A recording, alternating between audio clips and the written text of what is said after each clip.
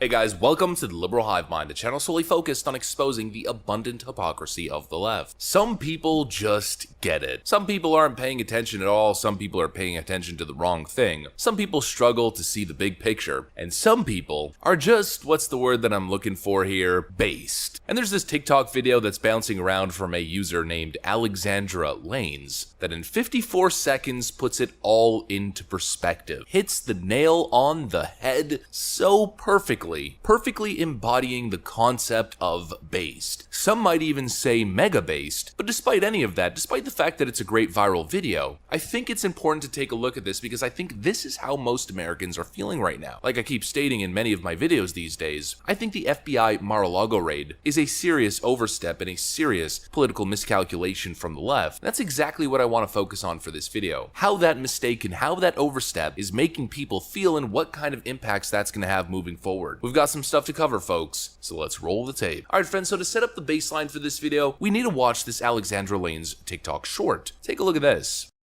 What the hell is going on in this country? I didn't realize I moved to Cuba.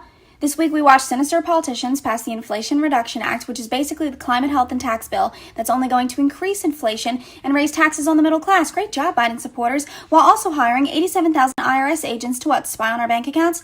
I think we've got a clear perspective now of what the left plans to use those 87,000 IRS agents for, and y'all should be very concerned because we just watched them weaponize the DOJ to perform a raid on a former president with no statement, no explanation, no accountability.